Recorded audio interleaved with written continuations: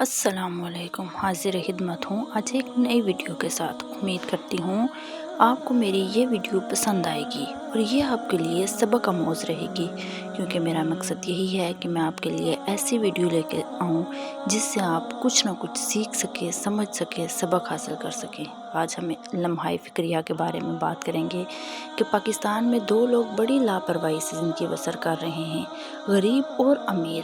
یہ جو درمیان والے مڈل کلاس ہیں نا، صحیح بیڑا ان کا غرق ہوتا ہے۔ یہ نہ زکوٰۃ مانگتا ہے، نہ فطرانہ اور نہ ہی بھیک مانگتا ہے۔ یہ صرف اڑتا ہے، سسکتا ہے اور مرتا ہے۔ غریب مانگ لیتا ہے اور امیر چھین لیتا ہے، جبکہ مڈل کلاس مڈل میں ہی رہ جاتی ہے۔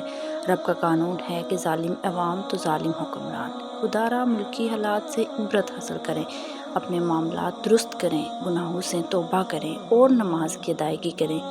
ہر فرد کو اپنی اصلاح کی ضرورت ہے۔ حکومت پر سارے معاملات ڈال کر اللہ سے نہیں بچ سکتے۔